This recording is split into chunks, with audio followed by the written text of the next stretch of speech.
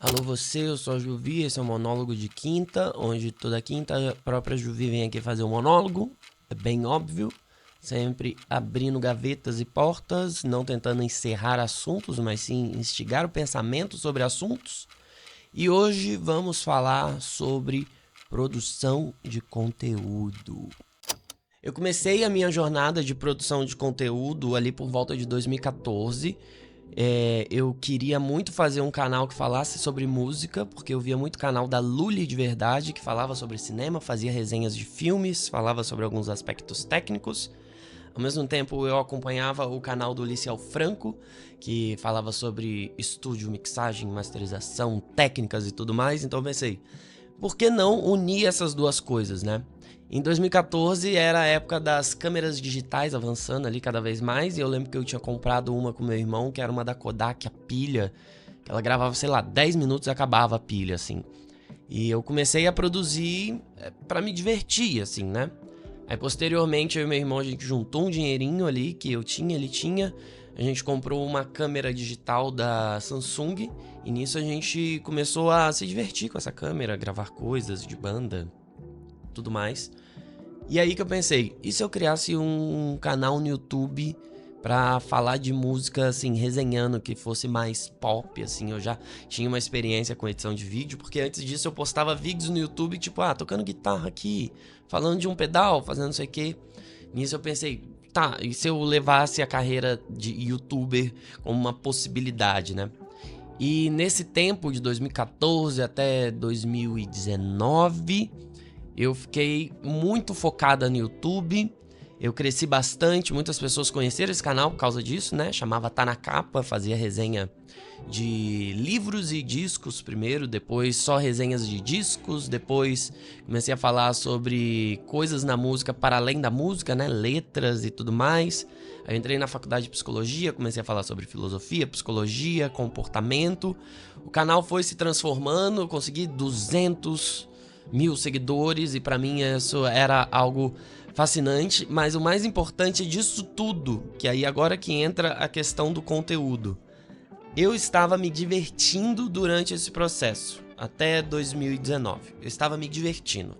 Era divertido produzir, não tinha intenção de ganhar dinheiro, não tinha uma pretensão, tinha a possibilidade de um futuro, porque a gente via os youtubers e tudo mais, mas não era o principal. Eu tinha o YouTube como algo que eu me divertia fazendo, como algo que acontecia ali na minha vida, e paralelamente a isso eu trabalhava. Eu tinha um home studio, gravava as bandas, gravava clipes, fazia edição de vídeo pra fora. Então eu sempre tive outros trabalhos ao redor da produção de conteúdo.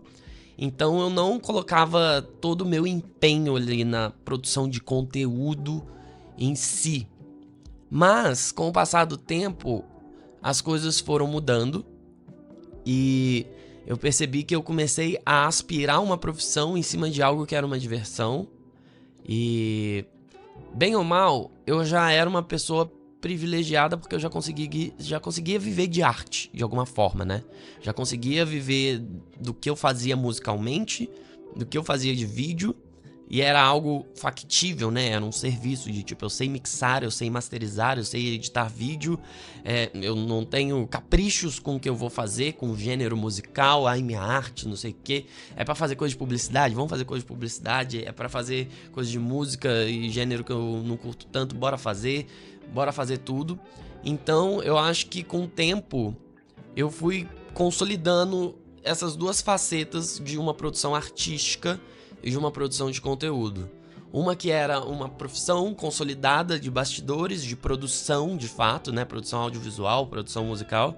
E outra que era essa produção de conteúdo, que era essa produção de entretenimento e que só aos poucos que eu fui entender que todo esse fator entretenimento não necessariamente significava ganhar dinheiro e seguidores não significava exatamente ganhar dinheiro. E eu acho que conforme eu fui percebendo que eu tenho alguns seguidores, eu tenho views legais e mesmo assim eu não consigo publi, E eu percebi que isso era por conta de um nicho muito específico que eu tava, que era de música, filosofia e com uma inclinação, né, tipo, política e de assuntos delicados, sexuais e tudo mais. E eu percebi que, tipo, talvez seja meio difícil consolidar uma fonte de renda nisso. E era a época dos apoia-se, dos catarses, e os canais que eu seguia davam muito certo nisso. E aí que eu consegui ter o maior breakdown da produção de conteúdo da minha vida. Porque quem me segue há muito tempo vai lembrar desse episódio. Eu postei um vídeo muito mal, porque eu tinha feito um catarse e ele não deu muito certo, porque tava no período sensível das pessoas também, né? Faz sentido. Tipo, dinheiro no Brasil é difícil e eu não entendia isso. Mas eu me vi com uma grande frustração que era: eu quero viver de conteúdo, meu conteúdo é bom, eu faço isso bem, as pessoas gostam, tem pessoas que seguem, e eu não consigo tornar isso minha profissão. E essa foi minha frustração, quando eu deixei de fazer apenas por diversão e por lazer, e deixei de encarar como uma produção artística e quis encarar como uma produção profissional, sendo que não é um serviço, não é um bem, não é algo factível, e é algo que mesmo que aconteça e dê certo como dá certo hoje, pode ser que amanhã não dê certo mais. Então o meu erro foi me tornar uma pessoa presa e determinada ao sonho, ao ponto do sonho virar um pesadelo. Porque eu coloquei todos os meus depósitos pessoais em cima desse pesadelo pessoal, que era: quero viver disso. E não é uma carreira onde você consegue afirmar e apertar um botão e falar: vou viver disso, vai dar certo.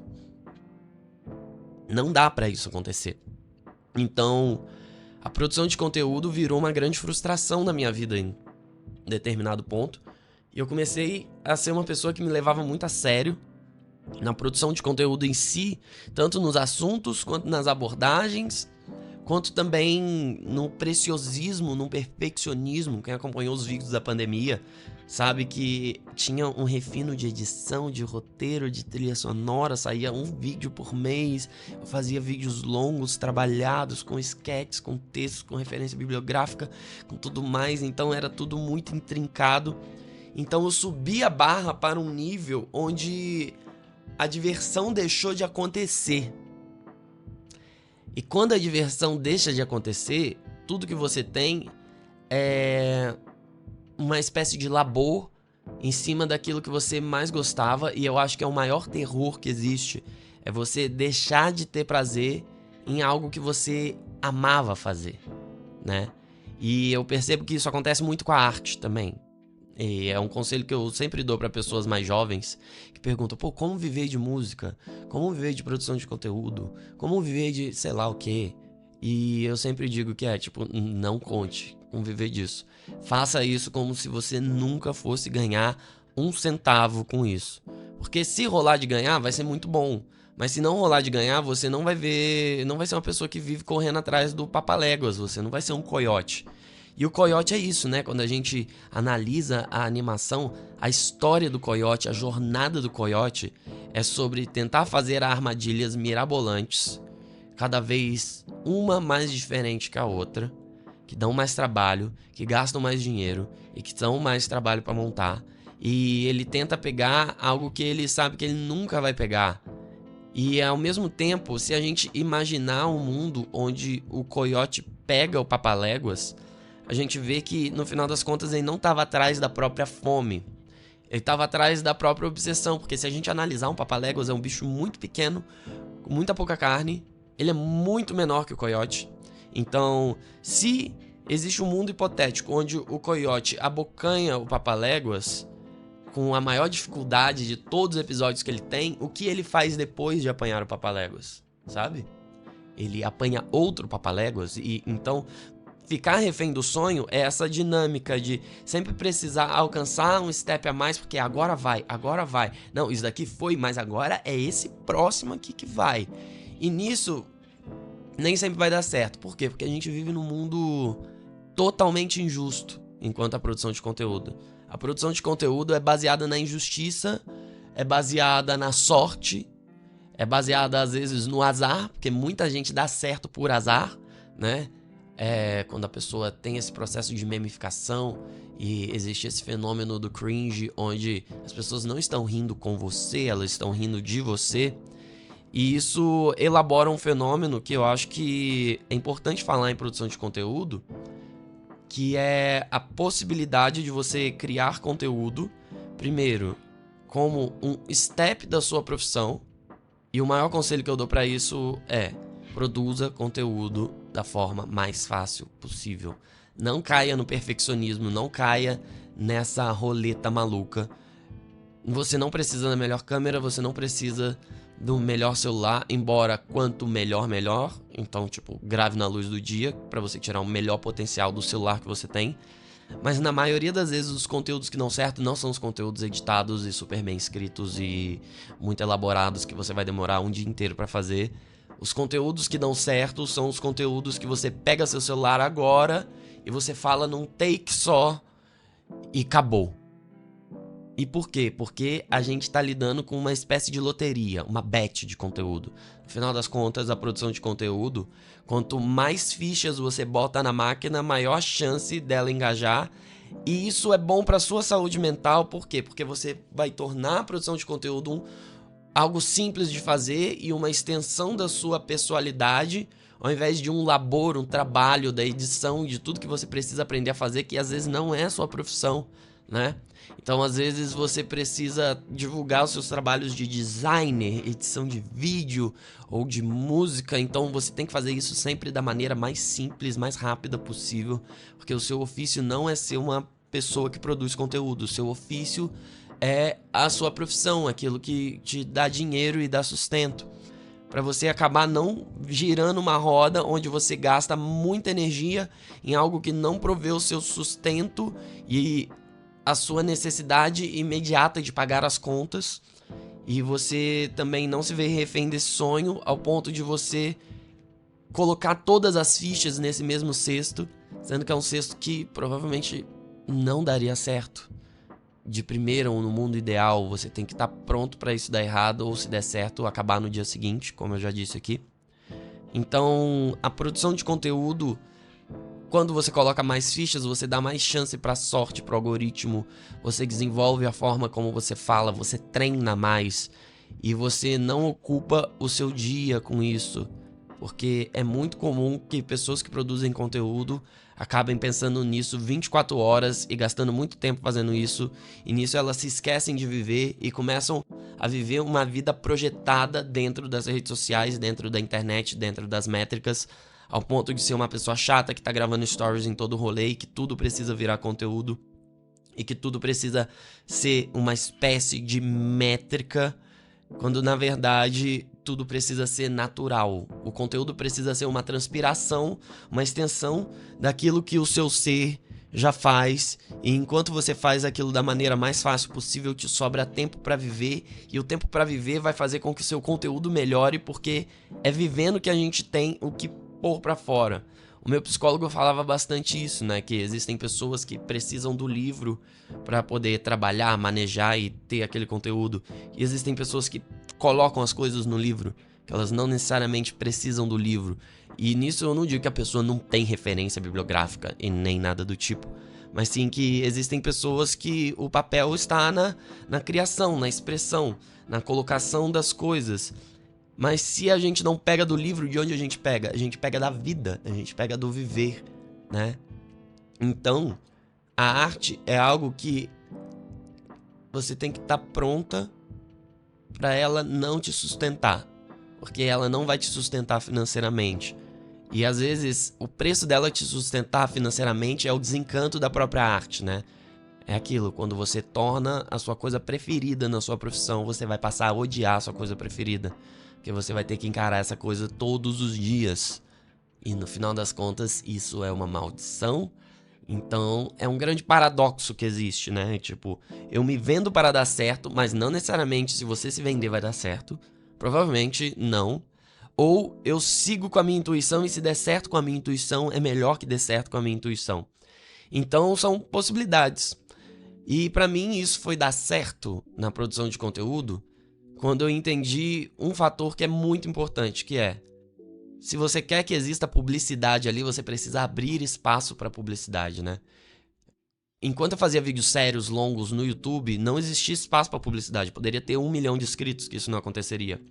Assim como tem pessoas que têm 3 milhões de seguidores no TikTok, 4 milhões, e são pessoas que fazem conteúdo, né? No início do TikTok teve muita dancinha, então onde uma marca se encaixa numa dancinha, numa pessoa que nem fala no próprio conteúdo, provavelmente não se encaixa. Então, às vezes a marca vai numa pessoa que tem 40 mil, mas só que a pessoa tem um discurso, tem um nicho, tem um foco de pessoas que segue ela e tudo mais.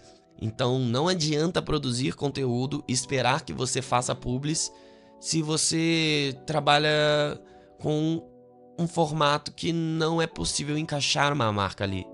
E isso é algo muito do mercado, né? Porque temas sensíveis tendem a não encaixar tanto, mas ao mesmo tempo o engajamento político em certas áreas acabam ajudando você a conseguir publis. Tanto é que se a gente for analisar o fenômeno do tigrinho e das apostas, né, as pessoas que têm um direcionamento político mais de esquerda tendem a não fazer, porque existem outras marcas que procuram essas pessoas por conta de engajamento, representatividade, uma construção de comunidade, um discurso menos agressivo e um discurso que está menos carregado de certos preconceitos que a gente sabe que a produção de conteúdo na direita está muito carregada, então resta para essas pessoas o tigrinho, a bet, o cupom e tudo mais. Então existem certos alinhamentos que tornam a produção de conteúdo possível, mas ao mesmo tempo nada te garante. Ser de esquerda não te garante, porque às vezes ser de esquerda, o quão de esquerda você se expressar, isso pode ser destrutivo para um ecossistema publicitário, né, de assuntos sensíveis, que aí complica um pouco mais, porque aí naturalmente a crítica ao capitalismo e as marcas e oligopólios, você vai acabar minando as pessoas que pagariam as contas. E a produção de conteúdo, eu acho que ela precisa ser encarada como uma produção de arte, né?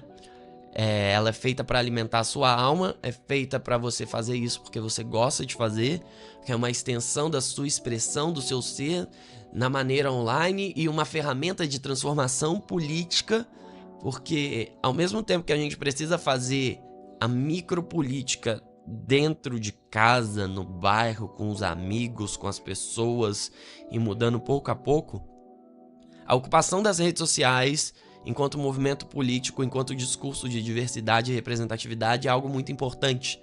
Então, fale nas redes sociais, se expresse, porque enquanto a gente não ocupa esse espaço, a direita ocupa esse espaço e a direita tem se munido muito bem de ocupar esse espaço. Então, a produção de conteúdo não é uma ferramenta profissional apenas a serviço do capitalismo e da publicidade.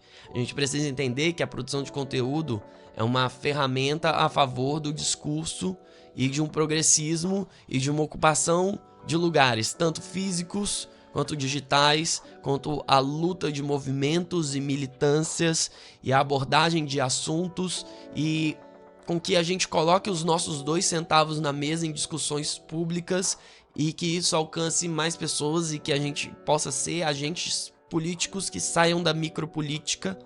E eu posso dizer que de 2014 até 2021, que foi quando eu produzi conteúdo apenas para mim e pro meu próprio prazer e pro meu próprio discurso, foram momentos onde eu cresci muito como pessoa e que eu vi muitos debates crescerem e que isso fez eu melhorar enquanto pessoa e atingir outras pessoas e fazer a diferença na vida de outras pessoas. Então eu acho que muito se fala sobre sair das redes sociais, sair da internet, mas eu acho que a gente não precisa se retirar. Eu acho que esse é um vídeo para encorajar qualquer pessoa a produzir conteúdo, a expor sua voz e falar e fazer com que os discursos de diversidade, possibilidades de ser, possibilidades de pessoas, possibilidades de expressão artística existam por aí e que a gente ocupe esse espaço, porque é a partir daí que a gente vai dar mais um passo na história e que a gente vai entender que o mundo e a pluralidade de pessoas é algo que é real, é necessário que exista, é necessário que seja visto, é necessário que os debates engajem e principalmente é a possibilidade da gente entender um mundo como uma coisa mais unificada, e a quebra de barreiras e preconceitos vem dessa noção do que é representatividade, que é pessoas diferentes sendo vistas, ao invés do padrão hegemônico da mídia, onde apenas determinados tipos de recortes são eleitos para serem vistos. Então, quanto mais pessoas fazendo e maior a diversidade. E é isso que a gente precisa, de conteúdo, discurso, coisas reais, palpáveis. E que isso seja uma ferramenta para você profissional, caso aconteça. Caso não aconteça, não deposite tudo, não se frustre. Não se frustre por ser quem você é e pelo que você produz. O capitalismo já tem muitas frustrações naturais e que são impossíveis de desamarrar das nossas costas. Então, que a gente use a produção de conteúdo como produção de saúde, produção de políticas públicas, produção de cidadania e principalmente a produção de uma humanidade mais humana. Então não se desumanize a favor da produção de conteúdo. Faça o conteúdo o mais humano possível, o mais rápido possível. Poste e saia correndo. E se acontecer disso virar sua profissão, lembre-se, você precisa de um plano B, que precisa ser seu plano A. Tudo é fluido em tempos digitais. Então não se frustre com aquilo que você ama. Faça como se não existisse dinheiro, que talvez nunca exista dinheiro nisso que você ama. Isso vale para produção de conteúdo? Sim. Vale para arte? Sim. É a verdade e é o caminho da saúde mental dentro da produção de conteúdo.